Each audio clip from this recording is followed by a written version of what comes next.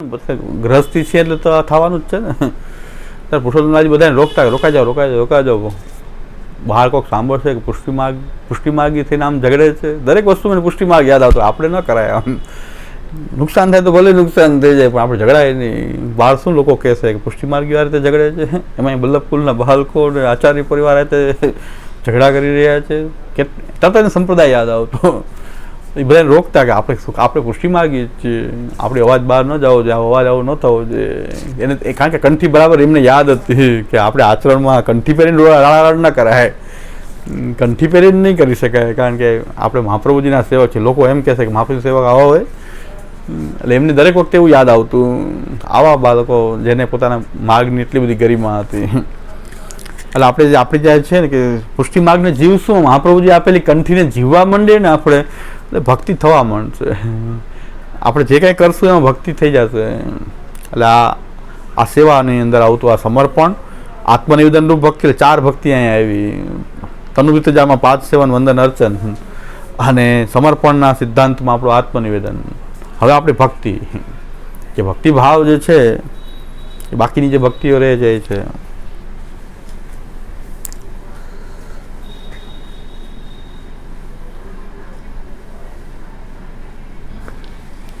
દાસ્ય અને સખ્ય, દાસ્ય ભાવ અને સખ્ય ભાવ એ ભક્તિ જ છે, પણ સેવામાં આવી રહ્યું છે. અને દાસ્ય અને સખ્ય એ ભક્તિ ભાવ છે. એ આપણે આવી રહ્યું છે અહીંયા રૂપ ભજન. ભક્તિ પાછી 2 પ્રકારથી, રૂપ ભજન અને નામ ભજન.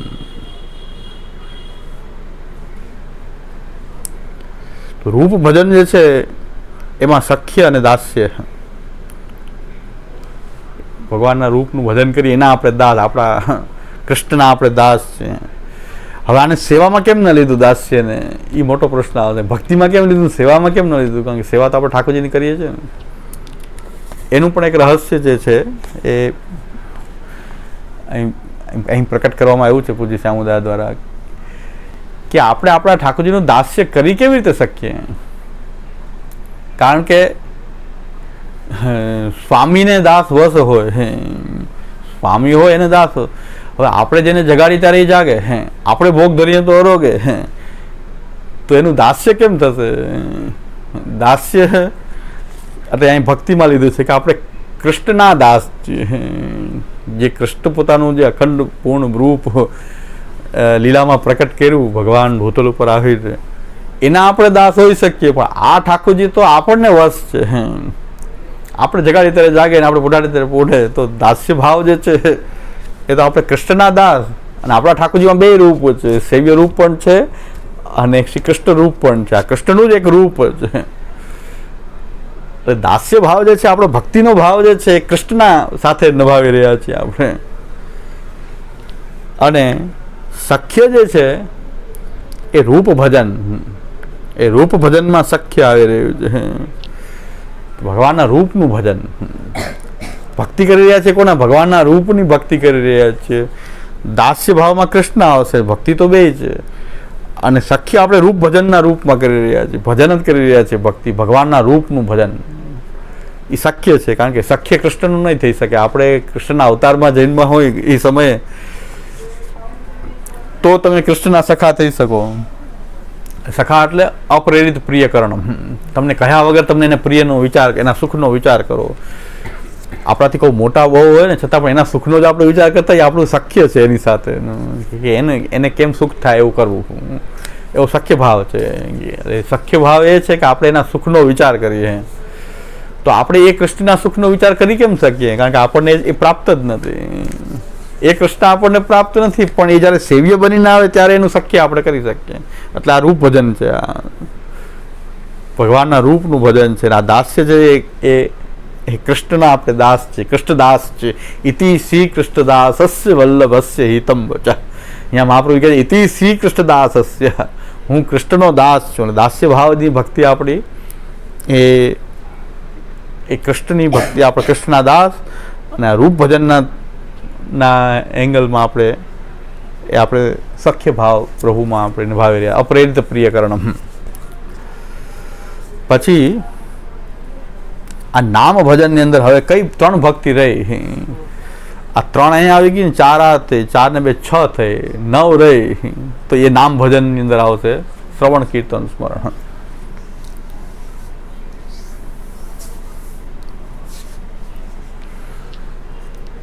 શ્રવણ કીર્તન સ્મરણ નામ ભજન થઈ ગયું. સખ્ય દાસ્ય ને સખ્ય રૂપ ભજનમાં આવ્યું. કૃષ્ણનું રૂપ હોવાથી આપણે કૃષ્ણના દાસ છે. જે સેવા કરીએ છીએ સેવી રૂપ પણ કૃષ્ણનું છે. એટલે કૃષ્ણનું રૂપ હોતે આખું આમાં 9 ભક્તિ એ આપણા સેવા ભક્તિની અંદર આવે. 9 ભક્તિ આપણે જીવતા જોઈએ છીએ. આ ભક્તિનું આવર્તન આપણે કરતા જ રહીએ. હવે આની પરાકાષ્ઠા કેવી છે? જે આ ભક્તિની, આ ભક્તિ માર્ગે જીવવાનો આપણે સંકલ્પ કરી લીધો. હવે આપણા જે ધર્મ અર્થ કામ અને આ 4 પુરુષાર્થ જે છે એ પણ એ ભક્તિના અંગ જ બની ગયા. અને 4 છેડાને આપણે પાછા આપણા એંગલથી જોઈએ તો આ ધર્મ અર્થ કામ મોક્ષ છે. આ 4 આપણા પુરુષાર્થ આમાં ભક્તિ થઈ ગયા. સેવા ભક્તિના એ 4 અંગ બની ગયા, ધર્મ અર્થ કામ અને મોક્ષ. આપણે અપરસ પાડીએ પણ ઠાકોરજીની સેવા કરવા માટે અપરસ પાડતા હોય તો આપણો ધર્મ પુરુષાર્થ છે પણ એ ભક્તિ છે આપણી. આપણે કમાઈ રહ્યા છીએ, દુકાન ધંધો વ્યાપાર રોજગાર, પણ આપણા મનમાં એવો શુદ્ધ ભાવ છે કે મારે ઠાકોરજીની સેવા કરવું એ મારું પરમ કર્તવ્ય છે. તો આપણે ધંધો નથી કરી રહ્યા, આપણો અર્થ પુરુષાર્થ નથી. એ અર્થ પુરુષાર્થ પણ ભક્તિ પુરુષાર્થ છે. આપણી કામનાઓ, આપણી અંદર કામના હોય એની અંદર મારે આ કામના છે, આ કામના છે, મકાન સારું બનાવો પણ ઠાકોરજી સુંદર રીતે બિરાજે એવું મકાન બનાવો. તો તમારી અંદર કામનાઓ જાગી રહી છે પણ તમે એમાં ઠાકોરજી જો એમની અંદર ઠાકોરજીના કંઈક એમાં કંઈક ભાવ તમારો છે તો તમારી કામનાઓ પણ એક ભક્તિ જ છે, પછી કામ નથી, એ ભક્તિ છે. એટલે મહાપ્રભુ કે જે પુત્ર કૃષ્ણ પ્રિય રતિ, કે હરિભક્ત પુત્ર થાય, એવી જે સાંસારિક કામના પણ હોય તો એ કામ પુરુષાર્થ નથી, એ ભક્તિ પુરુષાર્થ થઈ ગયો. આ બધા 4 ભક્તિમાં ભળી ગયા, ભક્તિની સરિતામાં એ ભળી ગયા. અને નિત્ય હવે આ સંસારથી મુક્ત થવાની મારી કામના હોય પણ હું કૃષ્ણ સાથે જ રહું હું, તો આપણો મોક્ષ પણ હવે મોક્ષો કૃષ્ણ છે ચેત પ્રભમ. આપણને મોક્ષની કામના નથી કે સંસારમાંથી મુક્ત રહું, પણ એમને મુક્ત નથી રહેવું મારે, પણ કૃષ્ણ સાથે રહેવું છે. જન્મો જન્મ હું આપની સાથે રહું, તો એ આપણી મુક્તિ થઈ ગઈ. તો મુક્તિ હવે મુક્તિ નથી પણ એ ભક્તિ છે. ભક્તિ પુરુષાર્થમાં આપણા ધર્મ કામ મોક્ષ પણ આપણા અંદર સમાવેશ થઈ ગયા. હવે આપણી અંદર પણ એક પ્રવાહ પણ છે, મર્યાદા પણ છે અને પુષ્ટિ છે, ત્રણેય છે આપણી અંદર. આ ત્રણેય એલિમેન્ટ આપણા છે. પણ આપણું મુખ્ય આપણે પુષ્ટિની આપણી અંદર મુખ્યતા હોય કે મહાપ્રભુજીના જીવવાથી હું પુષ્ટિ જીવ છું.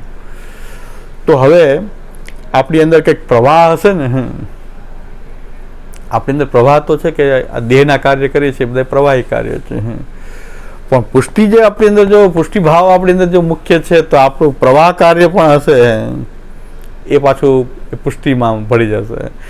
આપણે મર્યાદાને જીવી રહ્યા છીએ, સંસ્કારને જીવી રહ્યા છીએ, મર્યાદાને આપણે મર્યાદાનો લોપ નથી કરી રહ્યા, આપણે મર્યાદાને જીવી રહ્યા છીએ પણ મર્યાદા માટે નહીં, એ પુષ્ટિ માટે જીવીએ તો આપણી મર્યાદા પણ પછી પુષ્ટિમાં મર્યાદા નથી. હવે આપણે આ મર્યાદાના પાલન કરીને પણ સેવા કરી રહ્યા છીએ, આપણે ભક્તિ કરી રહ્યા છીએ કૃષ્ણની. તો હવે ખાલી મર્યાદા નથી, કર્મજળ નથી. તે કર્મજળ આસુર અન્ય ઉપાસક ભજન ધર્મથી હીન, ખાલી મર્યાદા માર્ગમાં રેચા પૈચા રે પણ ભજન ધર્મથી હીન, એવા આપણે મર્યાદા નથી. આપણે મર્યાદા પાલન કરી રહ્યા છીએ પણ મુખ્યતા આપણે ત્યાં પુષ્ટિની, સેવાની, ભક્તિની, ભગવત પ્રેમની મુખ્યતા હોય તો આપણું પ્રવાહ હશે. આપણી અંદર પ્રવાહ તો છે જ. આપણે દવા લેવી પડે એ પ્રવાહી કામ છે, પુષ્ટિ કામ થોડું છે. દવા લેવી પડે પણ હું સાજો થઈને સેવા કરું તો આ પ્રવાહી કાર્ય પણ હવે પુષ્ટિનું કાર્ય થઈ ગયું. ઘણા શું કરે કે દવા અમે લેશું જ નહીં, અમે ન લઈએ, છોડાઈ જાય, ભલે મરી જાય. તો એ તો તમારી મર્યાદા પ્રબળ થઈ ગઈ, પુષ્ટિ ગૌણ થઈ ગઈ તમારે. ભાઈ મરી જાઓ નહીં, દવા લઈ લો તો સારું થઈને સેવા કરી શકાય. કે નહીં મરી ભલે જાય પણ અમે આ નહીં લે. ગયા વખતે ભગવતીની વાત નથી કરી કે નહીં લાવું દવા, અમે અસમર્પિત વસ્તુના આમ તસ્માત ભોગ ધરી. તો આ મર્યાદા તો બહાર જ થઈ ગઈ ઠાકોરજી કે ભોગ ધરે. તમારે અસમર્પિત નથી લેવું એટલે તમે દવાનો ભોગ ધરો, પેરાસિટામોલનો. પેરાસિટામોલ, ઓફ્લોક્સાસિન. ઠાકોરજી આ શું આવી ગયું? મારે મેયામાં માખણ મિશ્રી ભાવે ને એની બદલે આ ઓફ્લોક્સાસિન. તો પછી આ મર્યાદા પ્રબળ થઈ ગઈ તમારી એટલી બધી, તો પ્રવાહ પ્રબળ થઈ ગયો, તો મર્યાદા પ્રબળ થઈ ગઈ. ભોગ ધર્યા વગર ના લઉં, ભોગ ધર્યા વગર ન, પણ એવી કામનાથી લઈએ કે હું સેવા કરી શકું, તો એ સમર્પણ થઈ ગયું. કે હું આ દવા લઈશ તો સેવા સારી રીતે કરી શકું, તો ઓફલોક્ષાસીન સમર્પિત હોય. એવું નથી જે આપણી જે દવાઓ પણ સમર્પિત છે, કારણ કે આપણે સમર્પિત છીએ. એટલે કે હું ઠાકોરજીની સુખાર્થ કે ભાઈ સેવા સારી રીતે કરી શકીએ તો દવા લઈ લે. એટલે આખો આપણો આમાં પૂરી રીતે આખો પુષ્ટિ માર્ગ, સેવા, ભક્તિ, નવધા ભક્તિ, પુષ્ટિ પ્રવાહ, મર્યાદા, પછી ધર્મ, અર્થ, કામ, મોક્ષ, બધું આ એક ચાર્ટથી આપણને સમજાય જાય. કૃષ્ણમાં સેવ્યમાં કૃષ્ણનું જે પાસું છે ને, કારણ કે સેવ્યમાં બે છે ને, એ કૃષ્ણનું સ્વરૂપ છે, પણ ડાયરેક્ટ આ સેવ્ય તો આપણને આધીન છે, તો એનું દાસ્ય કેમ થાય? દાસ્ય આપણે ગદ્ય મંત્ર જોઈ લ્યો, એમાં દાસોહમ કોને કીધું છે? જે કૃષ્ણના પ્રભુનું, આપણા ઠાકોરજીનું જે કૃષ્ણાત્મક પાસું છે ને, પાસાની જ વાત કરીએ છીએ. સેવા સ્વરૂપ બધું છે, બ્રહ્મ, પરમાત્મા, ભગવાન, પણ એનું કયા પાસાથી સંબંધ થઈ રહ્યો છે એટલું જાણવાનું છે. કે આપણે એનું કૃષ્ણરૂપતા એમાં જ છે, એટલે એના દાસ છીએ આપણે, કે એમાં કૃષ્ણનું રૂપ જ છે. હા, બાકી આ ખાલી સેવ્યનું રૂપ હોય તો એ આપણને આધીન છે. આપણે ભોગ ધરીએ તો કે એ દાસત્વ, એ તો એ દાસત્વ કે આપણું દાસત્વ કહેવાય. ઠાકોરજી આપણને આવા આધીન થઈ ગયા કે આપણે ભોગ ધરો તો રોગે. તો દાસત્વ માટે તો એ ખોટી વાત છે. સખ્ય આપણે સેવ્ય રૂપ નહીં, રૂપ ભજન છે. એ ભક્તિ તરીકે એને રૂપ ભજન કહેવાશે. ભક્તિના બે પાસા છે, એક રૂપ ભજન અને એક નામ ભજન. આ નામ ભજન આ થયું, શ્રવણ, કીર્તન, સ્મરણ એ નામ ભજન છે. અને સખ્ય ભાવ જે આપણે નિભાવી રહ્યા છીએ ભક્તિના રૂપમાં ભગવાન સાથે, આપણું રૂપ ભજન છે. એટલે ભક્તિને આપણે પૂરેપૂરી જીવી રહ્યા. મહાપ્રભુ કે ત્રેધા ભક્તિ માર્ગ કહે છે. મહાપ્રભુ કે 3 પ્રકારથી ભક્તિ માર્ગ છે. ભગવત સ્વરૂપનું આંતર ભજન, ભગવત સ્વરૂપનું બાહ્ય ભજન અને નામાત્મક ભજન. ત્રેધા ભક્તિ માર્ગો ઉચ્ચતે, એમ શ્રી મહાપ્રભુજી આજ્ઞા. ભક્તિ માર્ગ 3 પ્રકારથી છે. કે આપણા ઠાકોરજીનું એ બાહ્ય ભજન એટલે જે તનુવિતજા આપણે કરીએ છીએ, આંતર ભજન એટલે માનસી, આપણે એ ઠાકોરજીના સ્વરૂપને પાછું યાદ કરતા રહે, તો એ આપણું આંતર ભજન છે. અને ખાલી ભાગવતનું શ્રવણ, કીર્તન, સ્મરણ કરીએ તો એ નામ ભજન છે. એટલે રૂપ ભજનમાં બે આવશે, આંતર અને બાહ્ય. એ રૂપ ભજન છે. ત્રેધા 3 પ્રકારથી, એક નામ ભજન અને સ્વરૂપનું બાહ્ય ભજન અને સ્વરૂપનું આંતર ભજન. આપણે બહુ ઓલું કહેવાય નહીં, પણ ભક્તિનો આવો જે માર્ગ જે છે એ આપણને જ પ્રાપ્ત થયો છે મહાપ્રભુજી દ્વારા. એટલે મહાપ્રભુજી ભક્તિ માર્ગ આપજો માર્તંડ કે આવું કોઈને પ્રાપ્ત નહીં. તોય આપણે એમ કે ઓહો, ઓલા સાંભળી લીધું યુટ્યુબમાં, ધન્ય થઈ ગયા. અરે ભાઈ, આ તો આવું એક અંશ બોલ્યા છે, આખું તો આ છે. એમાં કંઈક અંશ કોક બોલી તો આપણે પ્રભાવિત થઈ જાય છે. પણ આ બધું જાણતા હોય તો ક્યારેય કોઈથી પ્રભાવિત નથી. ભલે બોલી રહ્યા છે, પણ નવીનતા કાંઈ નથી. હું ને સાંભળું, હું બધાને સાંભળું એમ નથી. બીજા સાંભળે ને હું સાંભળવામાં ફરક એટલો છે. હું એ જોઉં કે કેટલો અંશ બોલે છે ને આપણે કેટલો તો આપણે બીજું તો ઓલરેડી આના કરતાં વધારે આપણે ઘણું બધું જાણીએ છીએ. એક અંશ બોલ્યો, મને એવી અનુભૂતિ થાય કે આ તો એક અંશની જ વાત કેવી, ઘણું બધું આપણી પાસે તો કેટલું જ છે. એટલે એ હું સાંભળું ત્યારે આ દ્રષ્ટિ સાંભળવું, અને બીજાને ના પડું એટલા માટે કે તમે એનાથી એવા પ્રભાવિત થયા કે તમે એમ લાગે કે હવે મહાપ્રભુ સીધા આની પાસેથી ભેણા, એવું લાગે છે. મહાપ્રભુજીની કંઈ મહત્તા નથી, આ વ્યક્તિની મહત્તા થઈ જાય. લોકો એવી રીતે સાંભળતા હોય છે. એટલે ના પાડતો. બાકી જો આવી દૃઢતા હોય મહાપ્રભુજીમાં તો અહોભાવ જ થાય કે આ તો એક અંશ જ બોલી રહ્યા છે. બાકી 90% તો આપણે જાણીએ, આના કરતાં 90% આપણી પાસે છે ઓલરેડી મહાપ્રભુજી આપેલું. એ ઘણા કે જીવન જીવવાની બહુ સરસ રીત બતાવે છે ફલાણા યુટ્યુબર મહારાજ. મેં હવે યુટ્યુબર મહારાજ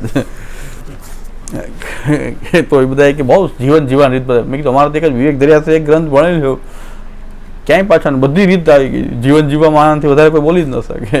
એક જ ગ્રંથ છે વિવેક દરિયાશ્રય. વિવેક દરિયાશ્રય આત્મસાત કરી લે, જીવનમાં કોઈ બાકી જ નથી. એવું આપણું સ્વસ્થ જીવન જીવી શકીએ. મારો તો આ પોતાનો અનુભવ કહી રહ્યો છું કે હું અત્યારે જો ઓલરેડી જો 52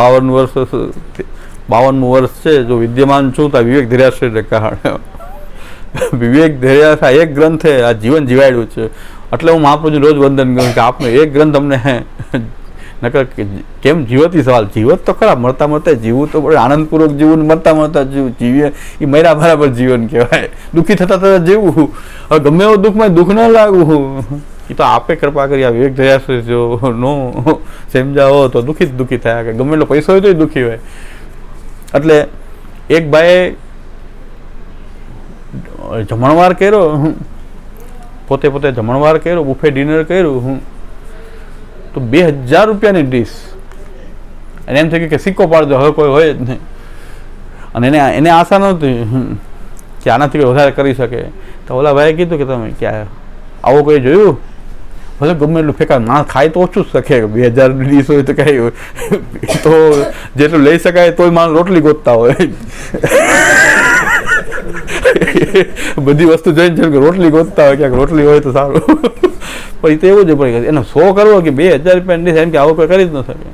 ત્યાં મહેમાન બધા એવા હોય કે ભલે પોતે કાંઈ ન કરે, પોતાની પાસે 500 રૂપિયાની ડીશ આપણને પૈસા ન, પણ મહેમાન એટલે મહેમાન હોય કે તમે શું વાત કરો. અમે આની પહેલાં હમણાં લગ્નમાં ગયા હતા, 2500 રૂપિયાની હતી, તો દુઃખી થઈ ગયો હતો.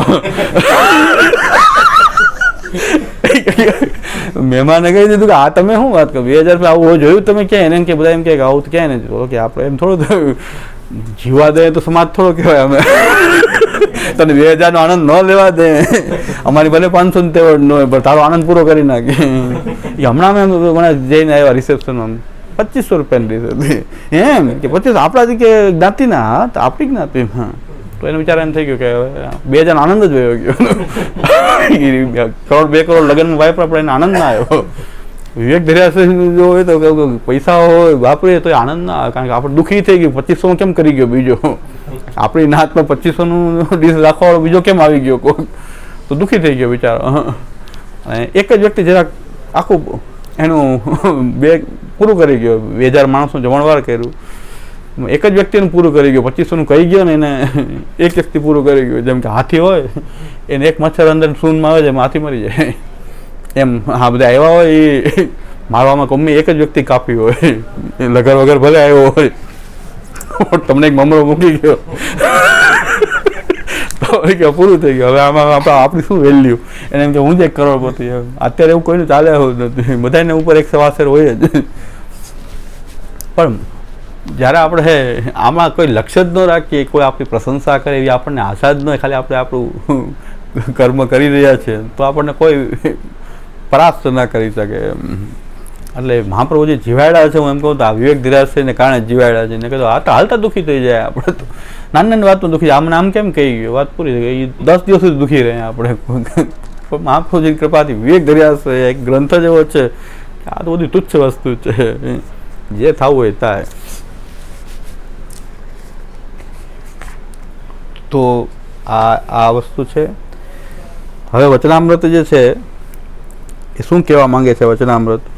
તો પેલું વચનામૃત તો ગુરુ શિષ્યનો જે મહાપ્રભુજીનું સ્વરૂપ કેવું છે ગુરુ તરીકેનું, કે કેટલા બધા ટેસ્ટ પછી એ આપણે એમને મહાપ્રભુ શિષ્ય તરીકે સ્વીકાર. એ સેવક પણ બધા કેવા થતા હતા, 84 જેવા, 252 જેવા, એ કારણ કે ટેસ્ટ પછી આવ્યા છે, બધાને નથી આવવા દીધા મહાપ્રભુજી. એને બરાબર ટેસ્ટમાંથી પસાર થઈને અને એવી રીતે આવેલા હોવાથી પછી એ માર્ગ પણ એવો હતો. અને એ રીતે પાછું આપણે માર્ગને સ્થાપિત કરીએ તો આ એક વસ્તુ છે. બીજું, વૃક્ષે વૃક્ષે વેણુધારી પત્રે પત્રે ચતુર્ભુજા યત્ર વૃંદાવને તત્ર લક્ષાલક્ષ કથાકુત. એ વૃંદાવનમાં શ્રી મહાપ્રભુજી એમ કે કાંઈ તમે નાહવાનો આગ્રહ શું કામ રાખી રહ્યા છો? આપણને એમ થાય કે હવે વૃંદાવન જવું, નાવું જ નહીં. આપણે આવું આ મત્તામત એવી રીતે કારણ કે મહાપ્રભુજી ના પાડી દીધી. પણ વાર્તામાં એમ આવે છે કે મહાપ્રભુજી પોતે રાધાકુંડમાં સ્નાન કરી અને રસોઈ કરી ને પછી ઠાકોરજીને ભોગ ધર્યા, અને પછી પ્રસાદ લેતી વખતે એ પ્રભુદાસને એમ કહ્યું કે તમે નાહવાનું લક્ષાલક્ષ કથા કરતા.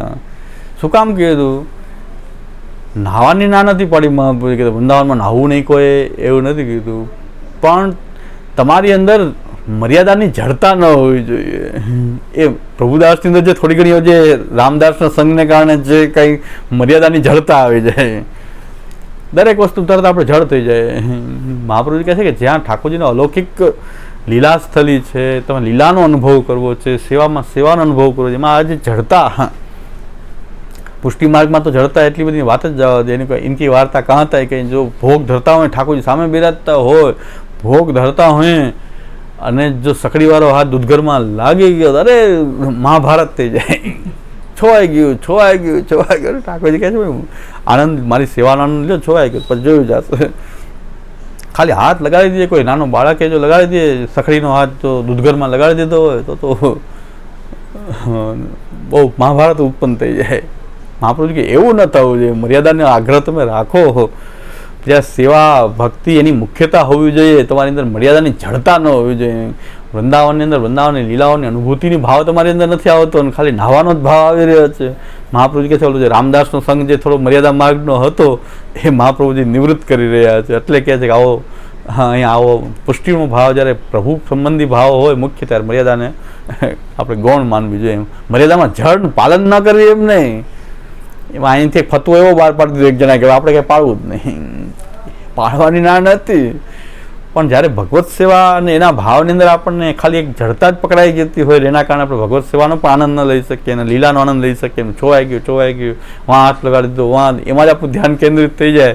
મહાપ્રભુ કહે છે એ મર્યાદાનો આગ્રહ છોડાવવા માટે, પ્રભુદાસજીનો એ મર્યાદાનો આગ્રહ છોડાવવા માટે શ્રી મહાપ્રભુજીએ એમને આ વૃંદાવનમાં નાહવાની હવે જરૂર નથી, એમને પ્રસાદ લઈ લો. અને છેલ્લું વચનામૃત કે શ્રી महाप्रभु जी आज्ञा, एक समय श्री आचार्य जी महाप्रभु श्री गोवर्धन धर के मंदिर में श्री गोवर्धन धर को श्रृंगार करत हते, तब यह मन में आई जो आज दही हो तो समर्प्य. तब प्रभुदास सो કહે. જો પ્રભુદાસજીનું સૌથી મોટું ડેવલપમેન્ટ કેવું થયું કે પહેલાં પ્રવાહના સંઘથી એના પત્ની અત્યંત પ્રવાહી હતી, એના સંઘથી છૂટ્યા, એનાથી સંઘમાં છૂટીને મર્યાદા માર્ગી રામદાસજીના સંઘમાં આવ્યા. અને રામદાસજીની સાથે રહેતા ત્યારે એમને મર્યાદા માર્ગી રીતે એ શ્રી મદન મોહનજીની પૂજા કરતા હતા. અને મદન મોહનજીનું જ સ્વરૂપ એમને પોતાના ભાવમાં પધરાવેલું સ્વરૂપ, એની સેવા કરતા હતા એમાં ભાવ તો હતો જ. ગોપીનાથજી પધરાવેલા, પણ એ રામદાસજીની સાથે રહીને હવે સેવા નભશે નહીં, એટલે ત્યાંથી એ નીકળી ગયા. પણ હૃદયમાં એ સ્વરૂપ નિરંતર ભાવન કરતા હતા. એટલે એ જ ઠાકોરજીએ એ જતાવ્યું કે આ કાચી દાળ અને અંગાખરી છે તે મને જો તારે સમર્પવી નથી તો તે ખાધી શું કામ, એમ શ્યામુદાએ બતાવે છે કે ઠાકોરજીનું કહેવાનું એમ હતું, પુષ્ટિ પુરુષોત્તમ ઠાકોરજી એમ કહે છે કે તે પણ ન લીધી તો હું ન બોલત કે ભોગ ન થઈ રહ્યો, અને પણ તે ન લીધી, તે લઈ લીધી ને મને કેમ નથી, તો તારે મર્યાદાને અત્યારે મર્યાદા હતી બરોબર, કે કાચી અંગાખરી ને બધું ભોગ ધરીએ તો બળેલી દાળ ભોગ ધરીએ તો મર્યાદા મનાઈ કરી છે, તો અપરાધ થાય. તો ઠાકોરજી કહે છે પુષ્ટિ પુરુષોત્તમ એને કહેવાય. આ ફરીથી બધાને કહું છું, પુષ્ટિ પુરુષોત્તમ એને કહેવાય કે ભક્તના ભાવને એવા વશ થાય કે તમે દરેક વસ્તુમાં તમે મને યાદ કરો, તમારા દરેક કાર્યમાં હું જોઈન્ટ થાઉં. એ પ્રભુમાં એવો જે ભાવ જાગી રહ્યો છે એને પુષ્ટિ પુરુષોત્તમ કહેવાય છે. હવેલીમાં આ ભાવ છે કે શ્રીનાથજીમાં આ ભાવ છે, ભાડુથી માણસો પાસે સેવા કરે ત્યાં આ ભાવ છે, ઠાકોરજીને કોઈ આ એક નિયમિત ભોગ ધરી દેવામાં આવે છે, જે નેક પ્રમાણે જે આવતું હોય ધરી દેવામાં આવે, પણ એમાં કોઈ સાથે જીવવાનો ભાવ નથી. એક સુંદર અમારા ઘરની એક રીત શ્યામુદાદા અહીં પ્રકટ કરી છે કે વૈષ્ણવના ઘરમાં લગભગ ક્યાંય નથી જોઈ મેં, એ શ્યામુદાએ પ્રકટ કરી, એટલે અહીં કહી દઉં કે શ્યામુદાદાએ પ્રકટ કરી છે કે અમારા ગોસ્વામી બાળકોના ઘરમાં ઠાકોરજીને ભોગ ધરવામાં આવે ત્યારે ઠાકોરજી બિરાજતા ગાદી એની આગળ એક વસ્ત્ર, કેટલાક જગ્યાએ સફેદ હોય છે, અમારા ઘરમાં લાલ હોય છે, એક લાલ વસ્ત્ર જે છે આડું બિછાવવામાં આવે ગાદીની આગળ, અને પછી આગળ ભોગ ધરવામાં આવે. એનો ભાવ અમારે ત્યાં એવો છે કે નાનું બાળક હોય બધું ઢોળફોળ કરીને ખાય.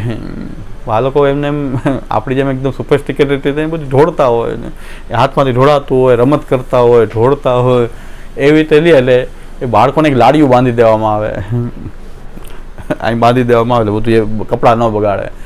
ઠાકોરજીમાં આવો ભાવ હતો કે તમે તમારા છોકરાને લાડીયું બાંધો છો તો આ બાળકોને તું મને પણ પહેરાવો, તો ઠાકોરજીને ઉપર તો ધરાવાય તો ઠાકોરજીની મર્યાદાનો ભંગ થાય, પણ ગાદીજીની આગળ રાખી દેવામાં આવે. જો ઉપર રાખી દે તો શિંગારની ઉપર ધરીએ તો મર્યાદાનો થોડોક ભંગ થાય, કારણ કે ભક્તિભાવનો ભાવો છે ને, મહાત્મ્ય જ્ઞાનપૂર્વક છે. આનું સમર્પણ તો કરવું છે, બાળકના ભાવનું જે સમર્પણ છે એ અમારે ત્યાં આ હદ સુધી થાય. હવે અમે ઘણા ટાઈમથી આ પ્રકાર અમારે ત્યાં બંધ થઈ ગયો. નાનપણમાં મેં આ જોયેલો પ્રકાર છે કે આગળ એક વસ્ત્ર બિછાવીને પછી રાજભોગ અને શયનભોગ પછી જ આવે, આગળ એક વસ્ત્ર લગાવે, એને આડ વસ્ત્ર કહેતા અમે. એ આડવસ્ત્ર બી છે. અને એ આડવસ્ત્ર એટલા માટે બી હતું કે આપણે બાળકોને જે લાડીઓ બાંધીને ઠાકોરજી કહે છે તમે તમારા બાળક માટે કરો, તમારા ઘર માટે કરો, કોઈ પરિવાર માટે કરો, એમ બધા મને સામેલ કરો, બધે હું આવીશ વચ્ચે. તો એ પુષ્ટિ પુરુષોત્તમ છે. એ મર્યાદામાં શક્ય નથી. મર્યાદામાં તમે એક કણી ધરી દીધી કાંઈ વાંધો નથી. મર્યાદા અને પુષ્ટિનો ભેદ શું છે કે મર્યાદામાં ઠાકોરજી એમ જોયે છે કે તમે તમારું કર્તવ્ય પાલન કર્યું, બસ એ જ દર્શન કરે. એમાં કોઈ બીજો ભાવ ઠાકોરજી નથી જાગતો કે તમે ભોગ ધરવાનું કર્તવ્ય બજાવ્યું, એ કણી ધરી દીધી, તમે તમારું કર્તવ્ય બજાવ્યું. જલ માટે મને સમર્પણ કર્યું જલનું, તો ખાલી એક ચમચી ભરીને ખાલી આમ ધરી દેવામાં આવે તો એ પાણી આમ સમર્પયામી. તમે તમારું કર્તવ્ય નિભાવ્યું છે ને, બસ જે વેદ મર્યાદા અનુસાર તમે કર્તવ્ય નિભાવ્યું એ મર્યાદાનો ઠાકોરજી જે છે કે મર્યાદામાં સંતુષ્ટ થઈ જાય. પુષ્ટિનો ઠાકોરજી આમ સંતુષ્ટ ન થાય. શ્યામ દાદા અહીં આજ્ઞા કરે છે કે મહાપ્રભુજીએ ઠાકોરજીની આદત બગાડી દીધી છે, એ પુષ્ટિ પુરુષોત્તમ. બગડેલી આદતવાળો ઠાકોરજી છે કે આપણા ઘરમાં રહીને એની આદત બગડી ગઈ છે, બધી મર્યાદાની આદત છૂટી ગઈ છે અને આપણે દરેક કાર્યમાં સામેલ થવું છે. આપણે જેવી આદત પાડી ને કે ભાઈ અમે અસમર્પિત, અમે આપને સમર્પિત જ છીએ, તો એટલા માટે જે ઠાકોરજીની અંદર એવો ભાવ જાગે ભાઈ તે લઈ લીધી અંગાખરી બળેલી હતી, હા દાળ ઓલી હતી, મને કેમ ન દેવી, અને તો મને ધરી શકાય એમ ન હોય તો તારે ન લેવું જોઈએ, તે કેમ લઈ લીધું? કારણ કે તારું સમર્પણ છે, તો હું એવો આગ્રહ રાખીશ ઠાકોરજી કહે છે કે તારે ન લેવી જોઈએ, એ દિવસે કાલે એમને એમ રહેવું જોઈએ, તો મને એનો ભોગ ધર્યો તો એની ચિંતા નથી. પર પ્રવાસમાં ઘણા કહે છે કે રાજભોગ સેનભોગ ન થાય તો શું કરવું, ઠાકોરજી બહાર પધરાવીને જવું, પરિશ્રમ થાય ન થાય, ઠાકોરજી આરોગ્ય એ લેવું, ઠાકોરજીને ભોગ ન ધરી શકાય તમારે પણ ન લેવું, તો તમે પ્રવાસમાં જાઓ આનંદથી, મેવો ધરો તો મેવો લઈ લ્યો, જે રાજભોગ સેનભોગની સામગ્રી ન થાય તો કાંઈ નહીં, ઠાકોરજીને જે ધરો એ લ્યો, તો તમે આનંદથી ઠાકોરજી પધરાવીને ગમે તે. હવે બીજાને ઘરે ઠાકોરજી ફરવા માટે જાય અને ઠાકોરજી બીજે પધરાવી જાય તો પુષ્ટિ પુરુષોત્તમ ફરવા મને કેમ ન લઈ ગયા? તમારા છોકરાને લઈ ગયા, મને ન લઈ ગયા. આપણા એક બાળક જે છે એ પોતાના નાના કોઈ દિવસ સેવામાં બહાર નીકળતા નહીં, ત્યારે નાના બાળક તો હોય ને, એને કીધું કે આપણે બધા આખો દિવસ સેવા જ કરીએ છીએ, તો કાકાજી આપ એક વખત મેળો તો દેખાડો. બધા છોકરાઓ બહાર બધા મેળો જોવા જાય છે, તો એકવાર અમને તો મેળો દેખાડો. તો લઈ ગયા, બધા બાળકોને લઈને મેળામાં ગયા. બીજે દિવસે સવારે ઠાકોરજી કીધું કે તમારા બાળકોને મેળામાં લઈ ગયા, મને કેમ ન લઈ ગયા? મને ભૂલી ગયા. આટલો સ્નેહ હતો બોલે આપણને નથી કહેતા, કારણ કે ખબર છે આપણે બધે રાખવા માંગતા નથી. તો એમ કીધું કે તો ભૂલ થઈ ગઈ. બીજે દિવસે ઝાંપીજીમાં ઠાકોરજી પધરાવીને મેળામાં પધાર્યા. એ મેળામાં ઝાંપીજીમાં ઠાકોરજી પધરાવી અને ઠાકોરજી એમ કીધું કે ભાઈ મને કેમ યાદ ન કર્યો, તમે બાળકને લઈ ગયા તો મને કેમ ન લઈ ગયા? તો એ તો ભૂલ થઈ ગઈ. તો બીજે દિવસે ઠાકોરજી ઝાંપીજીમાં પધરાવીને મેળામાં પધાર્યા. એવો બાળકોના જીવન ચરિત્રોમાં આવે. શિલાલજીવાળા બાળક. તો આ દહીંનો પ્રસંગની અંદર દહીં લઈ આવો ક્યાંયથી, દહીં લઈ આવ્યા અને જે આપણે આ વારંવાર પ્રસંગ વાંચ્યો છે એ દહીંના બદલે શ્રી મહાપ્રભુજી હવે પ્રવાહમાંથી છૂટા, મર્યાદા છોડાવી મહાપ્રભુજી, બધી મર્યાદા અંગાખરીમાં જે મર્યાદા હતી કે સુંદર રસોઈ કરીને ઠાકોર ભોગ ધરીને લેવું, અન્યથા આપણે પણ ન લેવું, એ સિદ્ધાંત સ્થાપિત થયો ત્યાં કે ઠાકોરજી તો પછી ત્યાં પછી બળેલું માંગશે ઠાકોરજી કે ભાઈ તું બળેલું લઈ શકતો તો મને વાંધો નથી.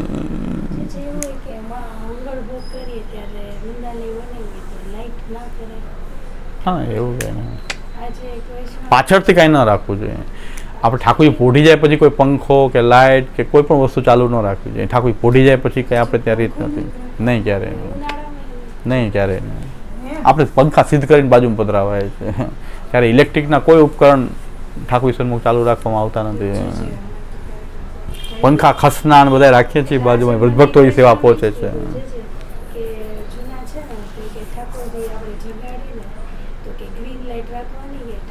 ના એવા કઈ ખોટી વાત. અરે મર્યાદાનું તો આ બીજા મર્યાદાનું હેંગઓવર આવ્યો તો, બધું મર્યાદાનું હેંગઓવર આવી ગયું આપણે એનું.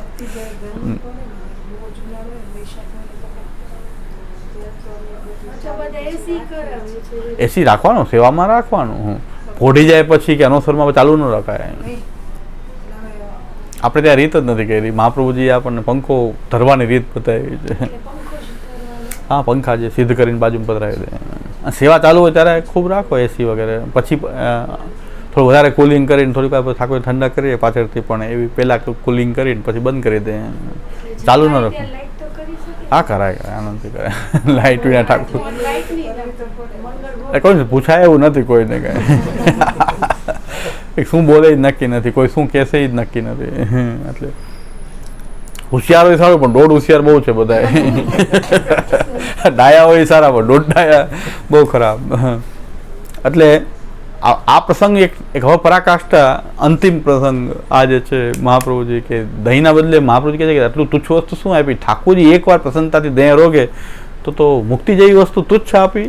આ મહાપ્રભુજીનો દૃષ્ટિકોણ છે કે પ્રભુ એકવાર સુંદર એક દહીંની સામે આપણે રોજ એક કટોરી દહીં ધરીએ છીએ, આપણે મંગલ ભોગમાં આપણે રોજ ધરીએ, રાજભોગમાં ધરીએ, પણ મહાપ્રભુ કહે છે પ્રભુને એક વસ્તુ સમર્પીએ એની શું કિંમત છે કે મુક્તિ પણ આપી દેવી. મુક્તિ તો સાવ તુચ્છ વસ્તુ છે, ભક્તિ કેમ ન આપી. ત્યારે અહીં શ્યામદાય કહે છે કે પ્રભુદાસજીની અંદર મહાપ્રભુજીના સિદ્ધાંતનું પાલન કરતાં કરતાં એટલા આપણે મહાપ્રભુજીમાં તન્મય થઈ જઈએ કે એક વખત મહાપ્રભુજીનું પ્રાકટ્ય આપણી અંદર થઈ જાય, આપણી અંદરથી મહાપ્રભુજી બોલવા માંડે. એ કેવી રીતે? તો પ્રભુદાસની જે બોલે કે ભક્તિ માંગત તો આપી દે, એ પ્રભુદાસ નથી બોલતા, પણ અંદર બિરાજેલા મહાપ્રભુજી બોલે છે. ભક્તિ આપવાનું સામર્થ્ય ક્યાંથી આવી ગયું? પોતે એટલા એક પ્રવાહમાં ઝઘડામાંથી બહાર આવ્યા, મર્યાદાના સંઘમાં આવ્યા, અહીંયાથી નીકળ્યા, અંદર એ મર્યાદા પછી ભરાયેલી હતી, તો અંગાખરી કાચી હતી, તો મર્યાદાનો ભાવ હતો ન ધરવી ભોગ ઠાકોરજીને. વૃંદાવનમાં ગયા તો નાયો નથી, બધા મર્યાદાના ભાવો હતા. હા, એ બધા મહાપ્રભુજી ધીરે ધીરે ઓછા કર્યા. છેલ્લે મહાપ્રભુજીનું જ પ્રાકટ્ય થઈ ગયું અને એમ કીધું ભક્તિ આપી દે. આ પ્રભુદાસની અંદર બિરાજેલા મહાપ્રભુજી બોલે છે કે ભક્તિ માંગત તો ભક્તિ દઈ દે, પણ એને માંગી નહીં. અધિકાર માંગે એટલું જ હું આપી શકું. આપનો એ નિયમ એ જ છે ને કે દરેકને દીક્ષા નથી આપતા, અધિકારીઓ એને જ આપો છો, તો અમે એને મુક્તિના અધિકારી છે તો મુક્તિ આપી. ભક્તિ માંગત તો ભક્તિ દે. તો મહાપ્રભુના સિદ્ધાંતની આ કિંમત છે કે સિદ્ધાંતમાં દ્રઢ થતાં થતાં આપણી અંદર મહાપ્રભુજીનું સ્વયસોગાન સમૃષ્ટ હૃદયાંબોજ વિષ્ટર. હા, આપણા હૃદયમાં જ મહાપ્રભુજી બિરાજી જાય અને એ મહાપ્રભુજી બોલવા માંડે. આ પ્રભુદાસજીની વાર્તામાં આટલા આખો પુષ્ટિ માર્ગના આટલા રહસ્યો, પણ એક છેલ્લે શ્યામુદા કહી દે છે ને, આમ આટલો આનંદ પર આપણે છેલ્લે આપે એમ કીધું હજી ઘણું બધું કહેવાનું આમાં બાકી છે, પણ હવે આટલું જ રાખીએ છીએ આ વખતે. તો આમ તે શું હશે હજી ઘણું બધું. તો હવે એ દરેક વાર્તામાં છેલ્લે એમ કે બીજું હજી ઘણું બધું કે અત્યારે આટલું બરાબર એમ કરીને છેલ્લે તો મેં કીધું હજી તો ઘણું બધું બાકી શું હશે હજી તો. એટલે એ તો પર્સનલી જ પૂછવું પડશે હવે કે આ બધું જાજા આપ કયો છો એ હવે અમને એ જગ્યા અમારે આટલું જાણ્યું આનંદ ઓછો થઈ જાય, ઓલું બાકી રહી ગયું પાછું દુઃખ ઉત્પન્ન થઈ જાય કે આ શું હશે હજી બાકી શું છે. પર્સનલ પૂછવું પડતો થાય. હવે તો કાંઈમાં આટલું પ્રવચનના રૂપમાં આટલું જ બરાબર છે. તો આપણે આ જે કંઈ આપણી મતિ અનુસાર આપણે આ વાર્તા આખી પ્રભુદાસ જલોટાની વાર્તા 46 ટ્રેક આપણે અહીંયા દ્રઢઈન ચરણન કેરો ભરોસો દ્રઢઈન ચરણ શ્રી વલ્લભ નખ ચંદ્ર છટાવી સબ જગમાં જ અંધેરો ભરોસો દ્રઢઈન साधन और नहीं आकली में जासु सूर्य कहा कहे द्विविधयां धरो बिना मोल को चेरो भरोसो हृदय न चरण केरो भरोसो. श्री वल्लभाजी, श्री गोपीनाथ जी, श्री गुसाई जी.